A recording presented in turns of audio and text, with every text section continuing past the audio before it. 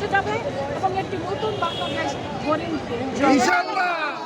17 বছরের এই মানুষের প্রত্যাশা হলো একটা গণতান্ত্রিক রাষ্ট্র এবং গণতান্ত্রিক একটা সমস্যা ব্যবস্থা, এবং আপনারা জানেন একটা অন্তর্বর্তীকালীন সরকার হবে, যেটাকে আমাদের জাতীয়তাবাদী দলের পক্ষ থেকে সমর্থন দেওয়া হচ্ছে। এই অন্তর্বর্তীকালীন সরকারটি আসবে এবং তার অধীনে একটি অবাধ সুষ্ঠু নিরপেক্ষ নির্বাচন।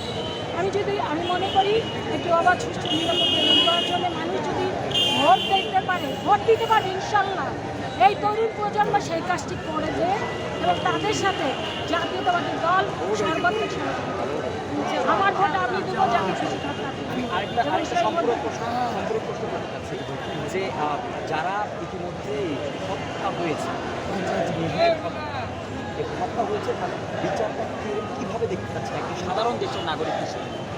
অবশ্যই সেই হত্যার প্রথমত আমি বলবো যে এই যে বিশেষ করে যেটা হলো জুলাইয়ের যে হত্যাকাণ্ডটি হলো সেটা তো সারা বিশ্ব দেখেছে।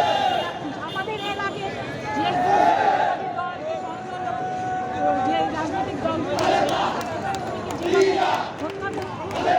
অস্বীকার করেছে, এই হত্যাকাণ্ডগুলো জুলাই মাসে যে হত্যাকাণ্ডগুলো যে শিশু থেকে 4 বছরের শিশু যাদের মধ্যে নিরাপদ ছিল না, সেটা কিন্তু সারা বিশ্ব দেখার কারণে আজকে কিন্তু আমি বলবো যে এই জুলাইতে যে হত্যাকাণ্ড তরুণদের যে হত্যা করা হয়েছে নিষ্পাপ তরুণদেরকে, এই যে হত্যাকাণ্ড হয়েছে তার সুষ্ঠু বিচার করে, শুধু বিচার করলে হবে না, একটি এমন একটা ব্যবস্থা রাখতে হবে তাদের, যাতে বারবার করে ওখানে গেলেই মনে হয় আর কোনো অন্যায় করা যাবে না,